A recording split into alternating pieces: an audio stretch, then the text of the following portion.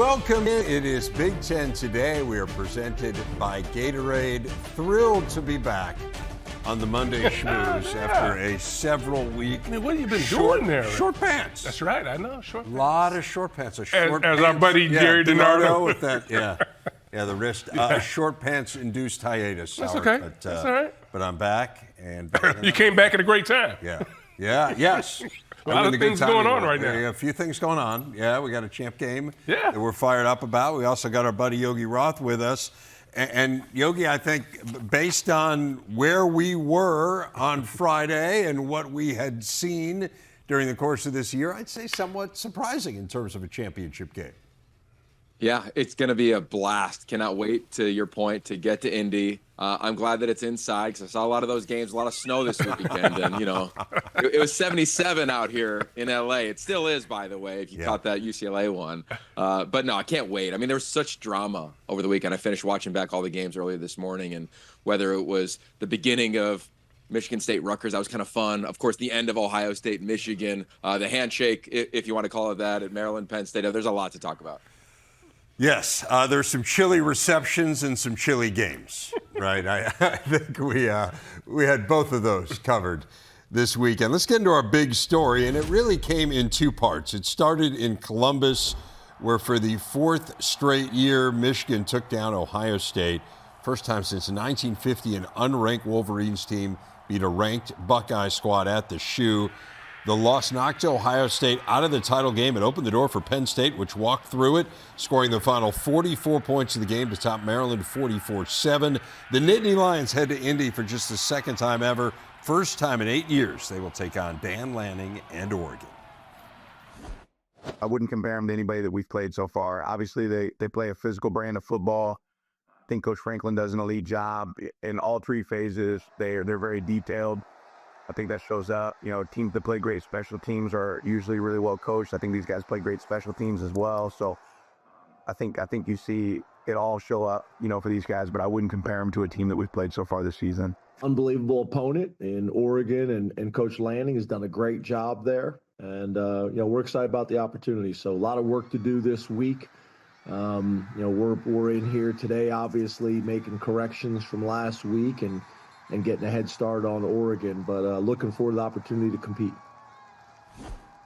The final Big Ten standings, Oregon still the only unbeaten team in the nation. They win the regular season outright. Penn State captures the tiebreaker with Indiana by virtue of schedule strength. Ohio State finishing fourth. Illinois and Iowa both with 6-win conference seasons. In all, 12 Big Ten teams will go bowling, with 4 likely headed to the playoffs. We, of course, get all those matchups on Sunday. But, Yogi, let's start with the championship game matchup. And, I think we went into the weekend thinking there was a possibility that we would get a 1-2 game for the Big Ten championship. We don't end up with that, but we're going to have the only top 5 matchup of championship weekend, at least according to the AP poll. I mean, this figures to be an absolutely fabulous game. Yeah, and the storylines are phenomenal. Think of Oregon, right? First year, as we all know, in the Big Ten. And as Dan Lanning said when conference realignment was a real thing, he goes, we're just going to play our brand of football, whatever league we're in, and look at what they've done in this league. And I just go back to my time when I was at SC, or you look at any team that has gone unscathed in the regular season. I mean, it's nearly impossible. It's such a different challenge than if you have a loss, in my opinion. Like, you just have to meet an expectation. You have to navigate the players hearing so many expectations. Dan Lanning's been masterful. It's only his third year ever being a head coach, guys. I mean, look at what he's done with this roster, with a quarterback that wasn't even on campus this time a year ago. Then you flip it to James Franklin, and you guys know it better than me, but the scrutiny about them and the postseason or Big Ten championship game, the elimination of divisions, the way they stayed the course, even amid a challenging loss at home to Ohio State. They've been playing their best brand of ball, finding ways to win, playing complementary football. I mean, we do, I believe, have the 2 best teams in this league playing in the championship game. There's matchups galore we'll get into, I'm sure, all week, and, of course, on game day. But the setting, the 2 teams, the history behind the 2, the resurgence of an Oregon team in a brand-new league, I mean, it is phenomenal. And then you add in top 5 matchup, it's gonna be a blast come Saturday night. Yeah, I think when you think about what Coach Franklin has been able to do with Penn State this particular year, not looking at any other, but he's had 2 new coordinators, right? And to be able to bring that together and mesh and make it work, and you can make the argument that they are better offensively than they've been in previous years just because of the creativity that they've had on the offensive side of the football. Defensively, they just continue to get better the entire year. They have a defensive line that's really outstanding and going to be physical at the point. It'll be fun to see if they can actually get that run game going. Can they get their backs healthy? But then you think about Oregon and just the way they're ascension this entire year. And I'm going to tell you, it is hard just to, and Yogi just alluded to this or talked about it, to go undefeated, go wire to wire, at least to this particular point, and just because everyone's telling you how great you are and what you need to do. And it's really been the job of the coaching staff to continue to press the right buttons. And I think in really great programs and great coaches, they're also great psychologists because they have to try to press the right buttons on each and every player because it's just not one comment works for everyone that's on your team. You have to really be dialed in, and your team has to truly believe into the things that you're saying. And we've got 2 teams playing in this game that they truly believe in what's being said from the front of the room. That's interesting. Dan Lanning used the term. He was talking in his news conference after the win over Washington. He described his team as infatuated with improvement. Yeah. I thought that was really interesting. And again, if you can convince a group of young people who have not lost a game that, hey, we can get better and that everyone needs to embrace that, I think it speaks to the psychology. It's one of the things that's really stood out to me in this first year of covering Dan Lanning is, again, he's a great X&O coach. I mean, I think we've seen that. Yeah. He's got a wonderful staff, but it does feel like he understands the right buttons to push with young people, and that is not easy to do. It is not, because it's not only, and yes, we're going to give the head coaches that credit, but you also have to think about the staff that's been assembled, right? Because they have to be able to press buttons as well. So I think we've got an unbelievable matchup, and both teams have done a great job to this point to get into this championship game. Well, to Yogi's point, we're going to spend a ton of time on it coming up here later this week. So let's get to some of the other results from the weekend. Michigan and Ohio State, and the Wolverines taking down the Bucks in Columbus 13-10. Mentioned it's their 4th straight win over the Scarlet and Gray, the first time they've done that in more than 30 years. Ryan Day's now 1-4 against Michigan and 47-1 in the rest of his games against Big Ten teams. Yogi, let's start with Michigan. It's a heck of an accomplishment. No Colston Loveland, no Will Johnson, which you kind of got the sense they wouldn't have Will Johnson. They haven't had him for a while. Donovan Edwards goes out with an injury as well, so for the back half of the game, they didn't have him either. And yet they figured out a way against a team whose number at this point they clearly have. What stood out about Michigan's win? Everything. I mean, how about their last 2 drives? 15 plays and 9 plays before they take a knee, obviously, to end the game. And not only do they chew up a ton of clock, but they don't throw the ball on the final drive. Like, remember, they're driving down in that 15-play drive, and you think they're about to score a touchdown. And it's a phenomenal play. One of the best plays of the year for Ohio State by Jack Sawyer, and the interception dropping from the end position. They come back, and I've said this phrase to you guys many times, but I love the acronym PACE, which is plays after critical errors, especially a quarterback. So I'm going back, and I'm watching Davis Warren. Like, what's his body language like? And he's had multiple turnovers in this game, as we know, right? Another interception early on when sudden change seems like that was just the normal thing in this game. Turnover many times. And I just want to commend Michigan for not flinching. I do think that they have gotten criticized fairly at times, but also unfairly. Like Kirk Campbell, what he's navigated as an offensive coordinator is not easy. When you don't have a premier quarterback, you're playing 3 of them as the season goes on. You got to keep the room together. How about Alex Orji in that run that he makes, right? Keeping him involved. How about the reverse pass that gets a pass interference? Like, just having the feel to make those calls, to me, stood out in the game. And then the way they finished on the offensive line, their field goal kicker winning in that environment and kicking those critical field goals. And then, of course, the obvious, it's the defensive line.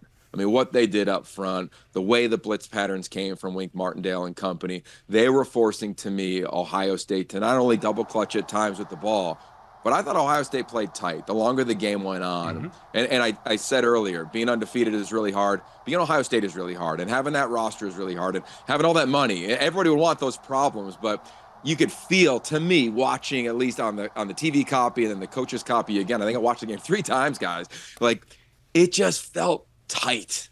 And I hope for them that they can get through this loss and play free, because they do have the talent to take a run. But that was my biggest takeaway. And Michigan, give them the credit. They put him in that corner, didn't let up, and made the plays when they had to. Yeah, I thought one of the things that really was on the side of the Wolverines was they had done this before, right? They had success against Ohio State. The team was different. They were built different, played different, but they still had done it, even though everything else was saying that there's no way they should be on the field with Ohio State. But they found a way, and the longer they stayed in this game, the better chances they had. And when you look at Ohio State and not being able to run the ball with the consistency, not being able to go deep consistently, it really showed that, you know, any given Saturday, any given week, you can come up with a formula to be able to win, and Ohio State really could never get the momentum and get things going. I hear you. I think it was curious that Ohio State continued to try to run the ball. I mean, like, the one area we know Michigan is really, really good, is elite, is up front on defense. I understand that the winning teams had more rushing yards now 23 years in a row, but that's not like a dictum handed down from on high. It's just kind of the way that the game has ended up through the years. You certainly can win the game by throwing for more than you run. I do think we have to talk a little bit about the elephant in the room, and that's Ryan Day and this record now, 1-4 against Michigan. I mean, I will just say about Ryan Day, like, if you go through the all-time winningest coaches in the history of college football by win percentage, number 1 is Newt Rockne. Number 2 is Ryan Day. Okay? Like, Ryan Day has had an unbelievable run here at Ohio State. He has lost 1 game now against an unranked team. And I think the world of Urban Meyer, as you know. I think Urban Meyer is one of the greatest coaches. He's on the Mount Rushmore of college football coaches. He lost 3 games to unranked teams at Ohio State. He just didn't lose to an unranked Michigan team.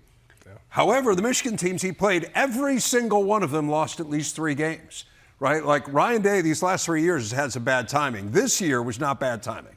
This is a game you need to win. But again, it's the first time I think that he has really stumbled to win a game that he absolutely should have won. Well, I think if you go back, you know, to the week leading up to the game, he talked about just how difficult and how much pressure and what was going on in this game. And he also talked about how, you know, for the seniors and the guys who wanted to go out the right way, that he expressed to them, we need to get the emotions out of this earlier in the year.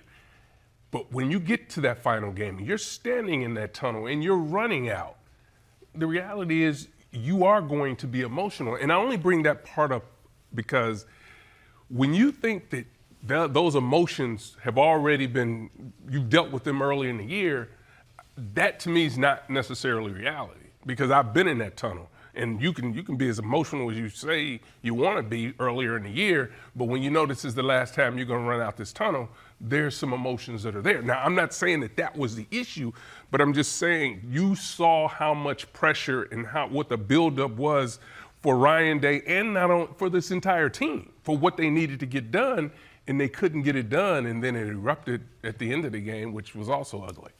Yeah, it was. Yogi, want to give you the last thought here before we move on from this one.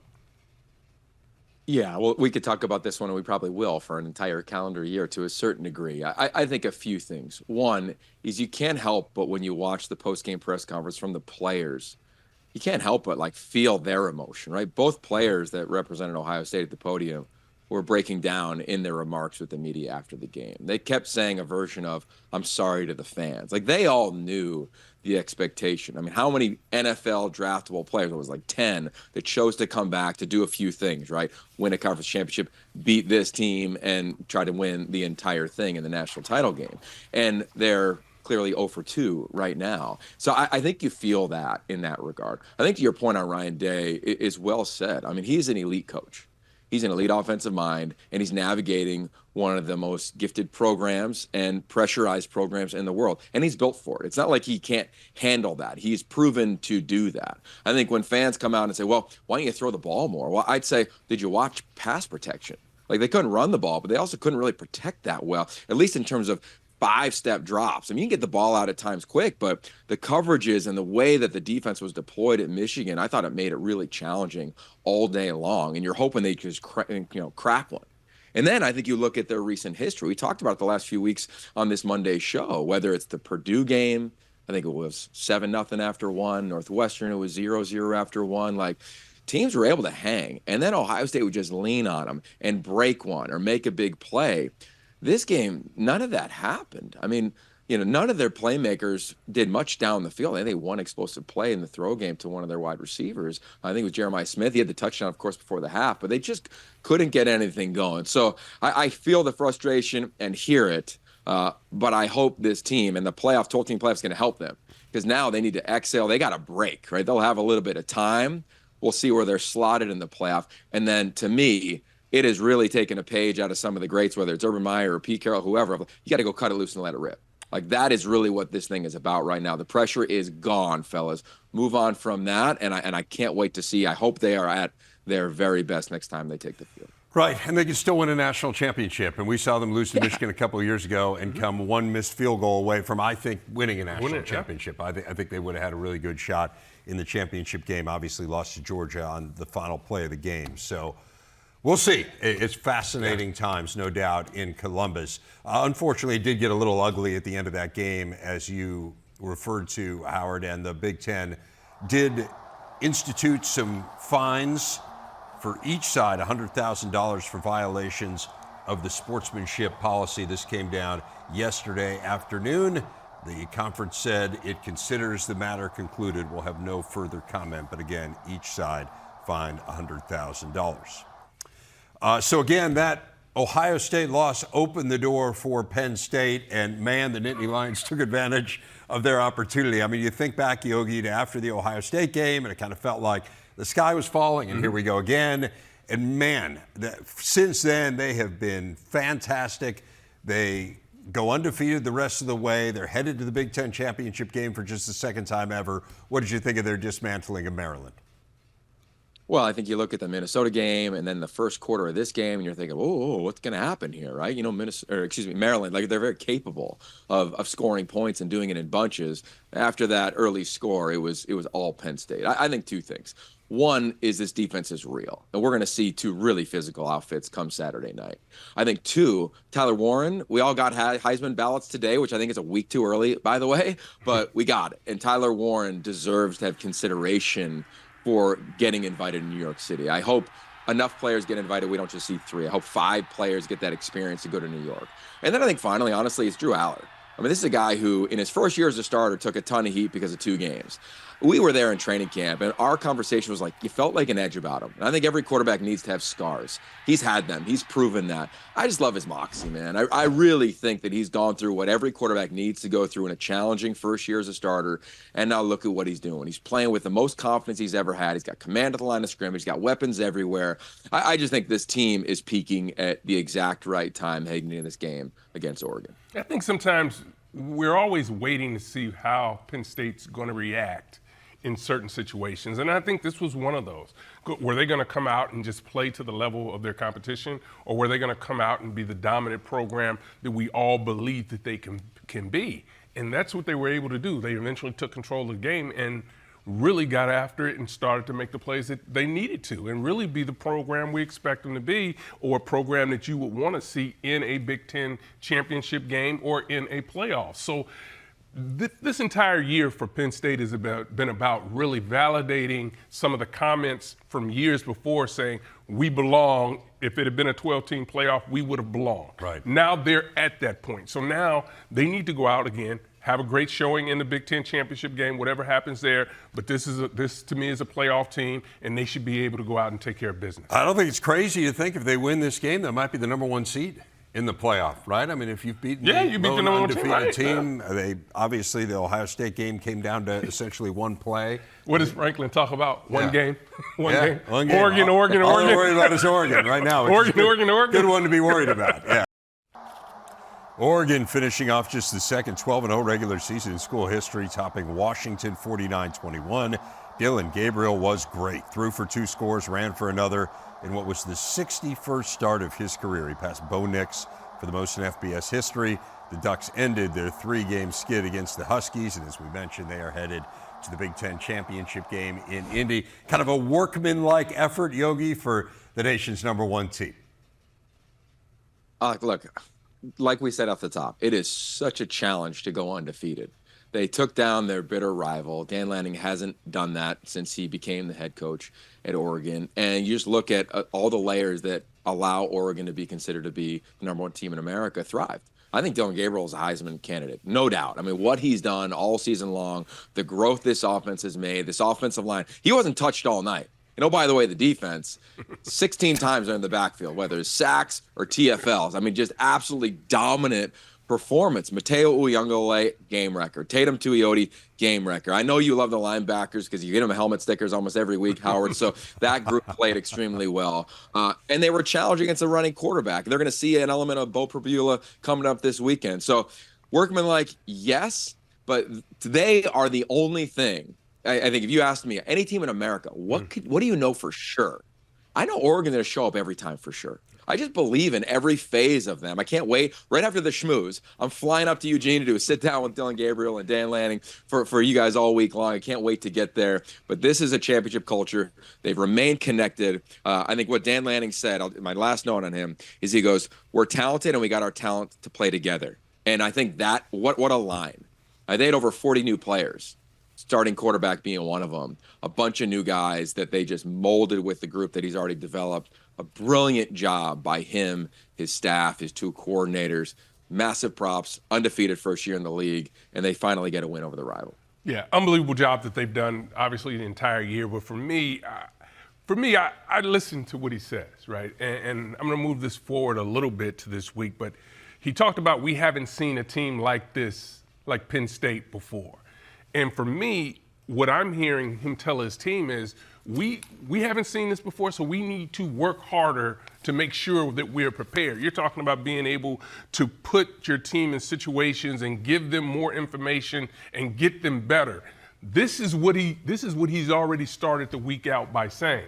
We haven't seen any team like this before, right? And so when you believe in your head coach, they're like, oh, I thought they were similar. No, we haven't seen a team, right? So it's the psychology of this entire process that's really been fun to watch about this Oregon team. They just find ways to continue to improve with all the talent that they have on this roster. He had another great quote that I loved in the postgame where they were asking him, hey, have you appreciated, like, along the way, like, hey, beating Washington and now you're undefeated?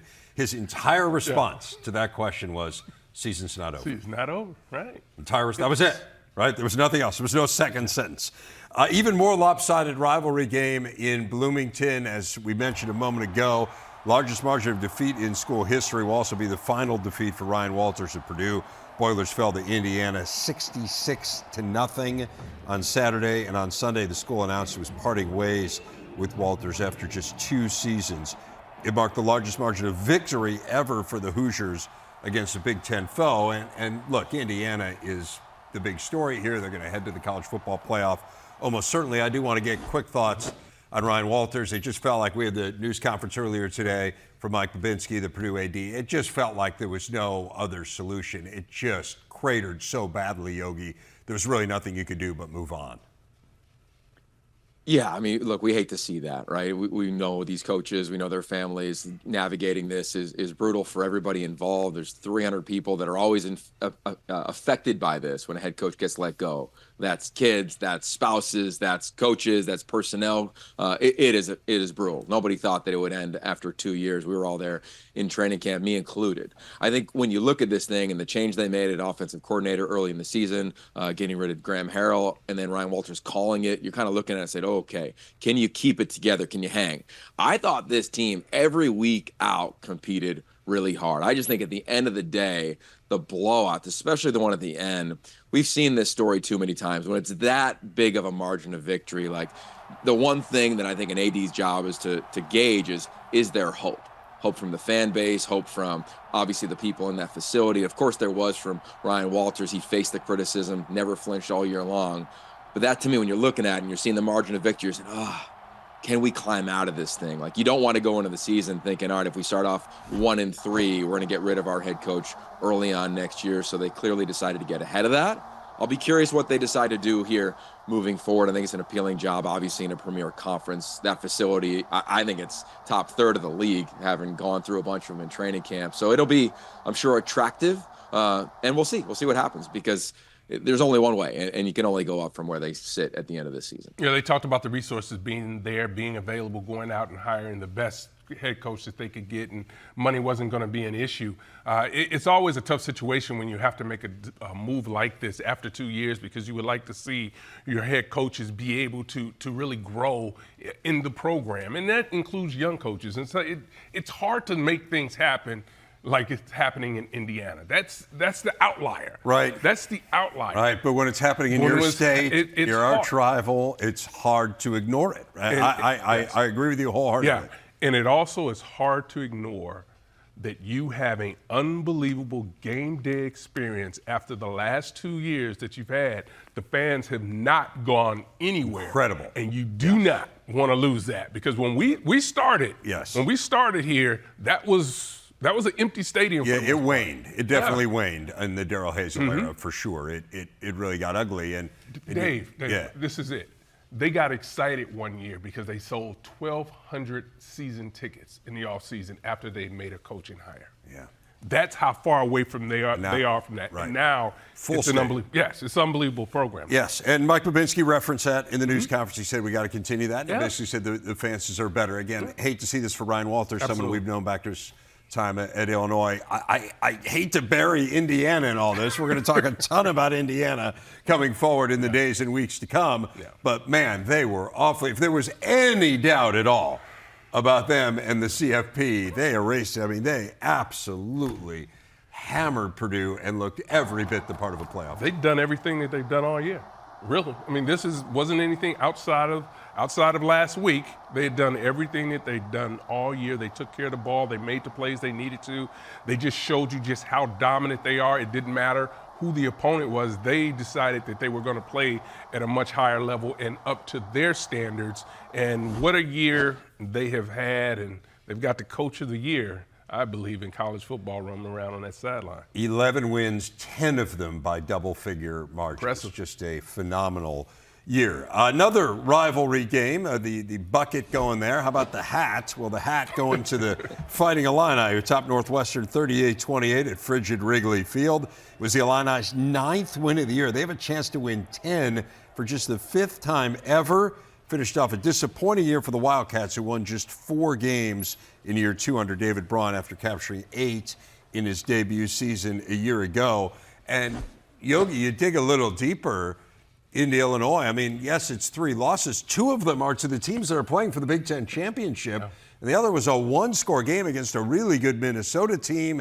I know the College Football Playoff Committee is going to talk about 3 lost teams. Whether Illinois gets in that conversation, I don't know. My sense is they probably don't, based on where the committee had them last week. Yeah. Perhaps they should. I mean, they have a nice win over Michigan, which obviously took down Ohio State. But either way, man, this has been a good year for Brett Bielema's crew. Yeah, look, if Kurt Cignetti didn't do what he did, he's probably your coach of the year. I mean, what an impressive job. They're going to be the sexy pick going into next season. And what I love about the roster, and Coach Bielema referenced it after the game, it's full of sophomores and juniors. When you look at the players that are traveling and playing on the core 4 special teams, et cetera, it was impressive. And I think the coaching staff as well, watching just some of the schemes that Barry Lenny Jr. was dicing up throughout the game, where there's Pat Bryant on a creative route for a touchdown. I mean, this team just kept responding. This was a fun game. I mean, they got Northwestern's best. It was back and forth at times, but they just continued to break holes open, create explosive plays, things they've done all season long. And I think when we net out, for the most part, to your point on the schedule, they beat the teams that now when you look back at the roster, you're like, yep, they should have beat them. They were better. They were the better team. And I love that for this program because they won't be talked about as a surprise anymore. They've arrived in a way where they deserve the conversation. To your point, if there's a 3-loss team in, put them in the conversation coming out of this league when you look at what they have done. And then next year, they will be again in the conversation of being the top third of this league heading into the season. Yeah, I think one of the things that they do a great job of down there is development. And they're continuing to develop me because this is a developmental program. You're not going to get 10 5-star guys Right. come in. You have to be able to develop those players. And, you know, I think that when you think about the coaching staff they've had a chance to grow as well and get better at what they do. So they've developed these young people and they've come up and made plays. They all want to wish they had the Minnesota game back, Right. but they can't get stuck there now. They just got to continue to move forward and you know, they're going to be playing a nice bowl game. They are. And again, the possibility of winning 10, I think, Yeah, is huge. it's huge. I mean, again, when you look at the history of the program. 5 years? How many times it's been done? It'd be the 5th time ever. It's been happened 4 times. So that is a carrot that you can put out there for the guys to work through the bowls and really finish with a significant year. Hats off to Brett Bielema and his entire staff. Our Gatorade game leaders showing off the Big Ten's bowl-eligible teams. There are 12 in all. Again, I mentioned it earlier, those bowl matchups won't get announced until Sunday. We had 2 other teams that had a shot at joining the list this week, but both fell short. Michigan State losing to Rutgers, Wisconsin falling to Minnesota. That ended the Badgers' 22-year bowl streak, the second longest in Big Ten history. Yogi Gophers won it behind a strong ground game and a strong defense, which sounds like a familiar formula for P.J. Fleck, although, frankly, they threw the ball better than they ran it this year. Wasn't the case in this game, though. They really relied on Darius Taylor. Well, I think the creativity they've relied on all season is what stood out to me watching it back. I mean, every week when I turn on their tape and I see what Greg Harbaugh is doing or Corey Heatherman on the defensive side, like they've got a really cool game plan. Let's just look at like the tush push. They found every single way to utilize that play. Like they've thrown out of it. They ran it at midfield on a 4th and short, 3rd and short in this game for a huge gain by one of their backs. Motion with the tight ends. They find it for a touchdown, a really creative way.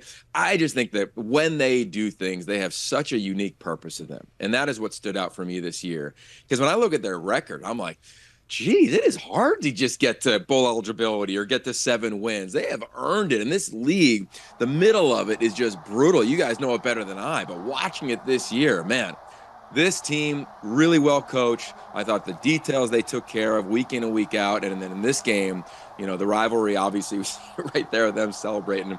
Max Brosmer, you think about that Carolina game early in the season, what was it, Thursday night in the opener, you think, what is this offense going to be? Mm-hmm. By now, the audibles, the command of the line of scrimmage, P.J. Fleck, Greg Harbaugh and company, just props, just congratulations. It's a hard league. You got to bring it every week. They're one of those teams that is still winning the margins. They did it again. Yeah, P.J. Fleck continues to do a marvelous job at the helm in Minnesota of really getting his team prepared. It's another one of those places you really enjoy watching practice and watching how they operate. They do a tremendous job.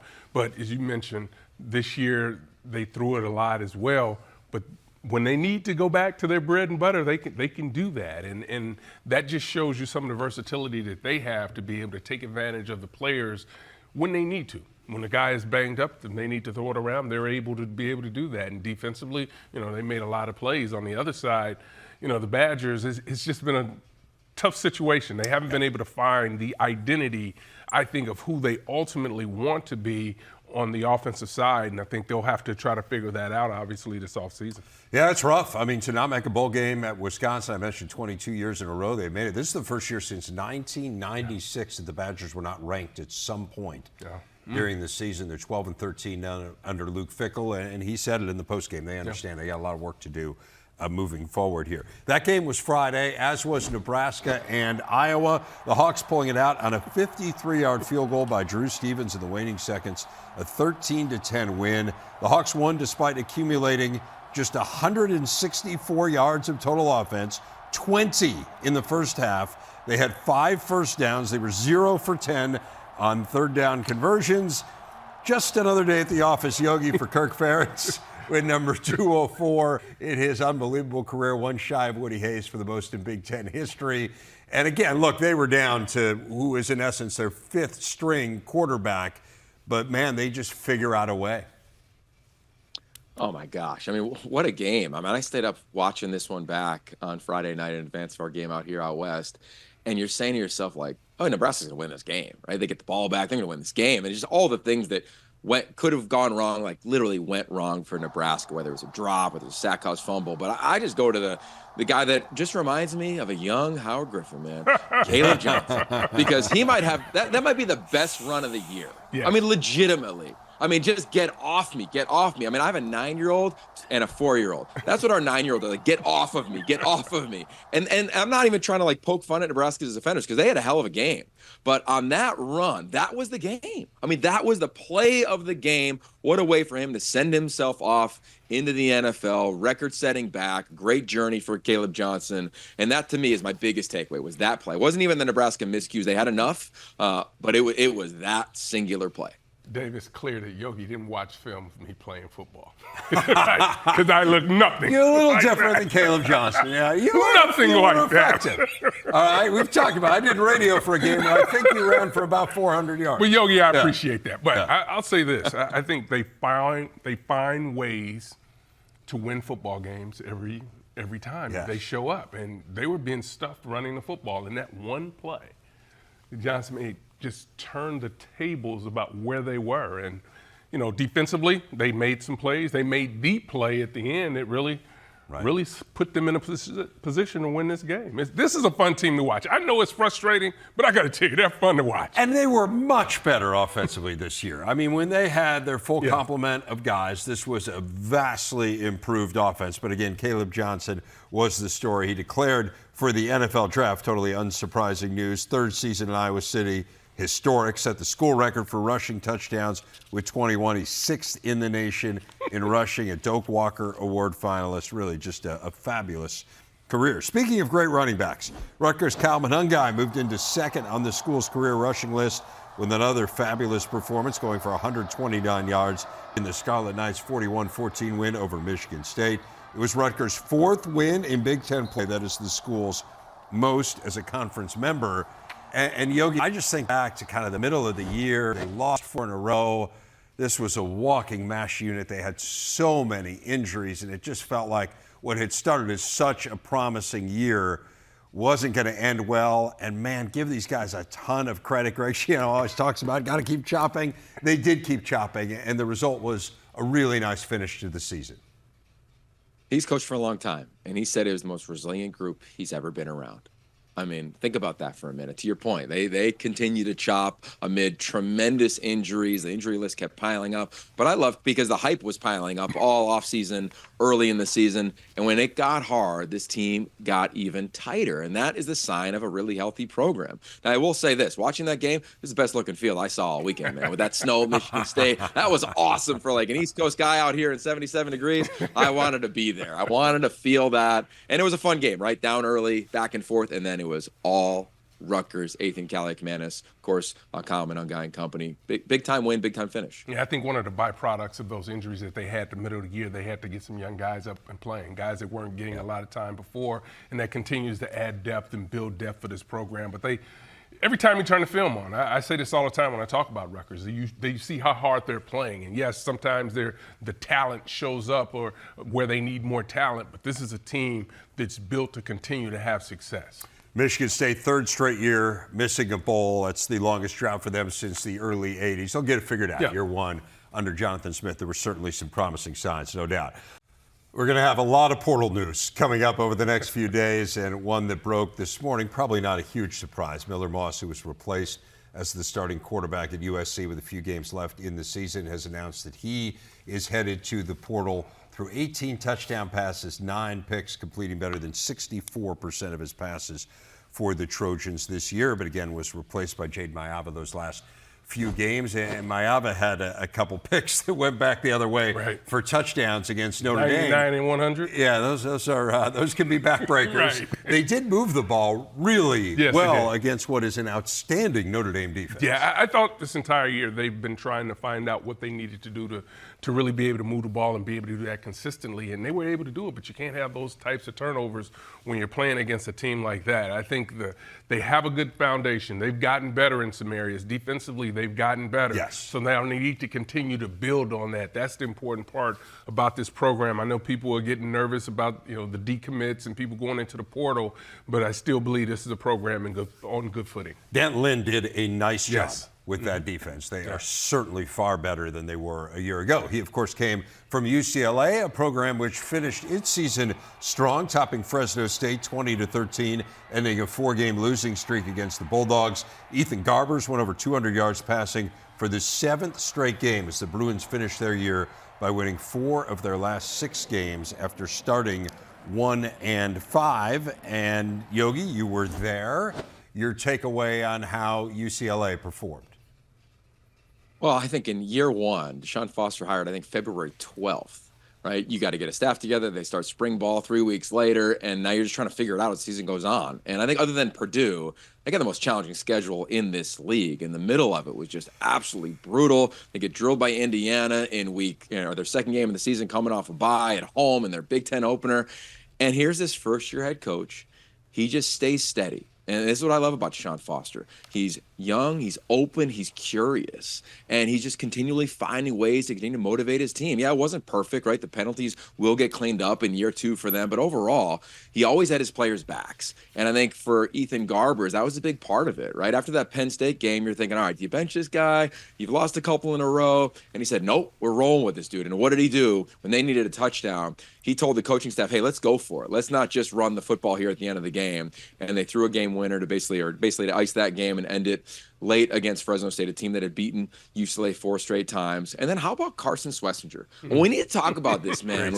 He is a tackling machine. More than double the amount of tackles than anybody else on this UCLA defense, and it's a pretty talented defense. It's shut down most teams running the football this season. He's a former walk-on. He didn't even start in the beginning of the season, guys. He was just on the core 4 special teams the first 2 games, and then he became a starter. Oluwafemi Oladejo goes to the edge, Day Toia at the defensive tackle. I mean, those 3 guys, among others, they're the veterans, and they allowed this team to do what you referenced, Dave. I like the momentum. Foundational year for them. They're built in the collective to go, acquire a bunch of players. They should finish signing day well this week, and away they go.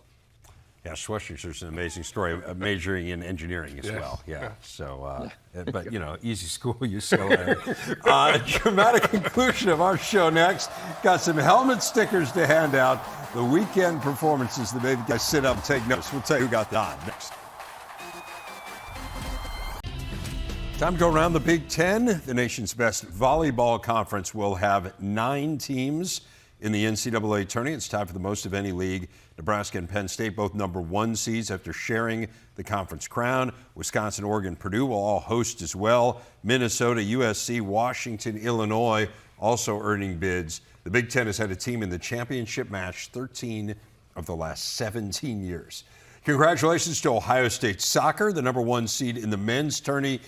Knocked off Stanford on PKs to keep its tourney run going. The Buckeyes move on to face Wake Forest Saturday in Columbus. What a weekend for Oregon hoops. The Ducks got a basket from Nate Biddle in the final 5 seconds to top 9th-ranked Alabama 83-81 in the championship game of the Players Era Festival Saturday in Vegas. The undefeated Ducks open conference play Wednesday night against USC right here on the Big Ten Network. Women's hoops from the weekend. Number 1, UCLA stayed perfect. Got 21 from Kiki Rice in a win at Hawaii. 10th-ranked Maryland still undefeated as well after taking down Toledo. Minnesota, Michigan, Ohio State all cruising to weekend wins. It is time for the final helmet stickers of the regular season. Yogi, we will let you start off. Who you got? Well, I'm gonna get on the table here for my guys because I don't know if walk-ons are gonna be allowed in college football anymore. So I'm going with 2 former walk-ons for sure and a stud. Let's start with Bryce Betra, 2-sport rock star for the Oregon Ducks. He played extremely well in his senior game. This is a guy who went from safety to linebacker. He's just such a dynamic player. 11 tackles, 2 TFLs. Can't wait to watch him against these backs against Penn State Saturday night. Let's go number 2. I talked about him already, this running back, Caleb Johnson. I mean, the run of the year, I would argue. I think more importantly, though, I wouldn't have batted an eye if he was like, I don't know if I want to play in this game. This is a guy who's got big-time draft aspirations. I think he's one of the best backs in America, and he threw down for his team. Congratulations, you left a legacy. And then let's go back to the pool of walk-ons. We just talked about him. Carson Schlesinger. He went from walk-on to leading the nation when it comes to Power 4 conferences in tackles. 136 on the season. That's third among everybody in college football. My man, congratulations. Give him the buckets. Oh, I love the fact that you're shouting out the walk-ons. I love it. But for me, I'm going to go special teams a little bit. How about Drew Stevenson in Iowa? And to me, this is an impressive story because remember, go back to last year, he was benched. Yes. Right? And to come back and kick the game winner, unbelievable. Really, what a great story. And Rourke at Indiana. This guy's been unbelievable all year. Really came under with pressure. We expected him to do big things.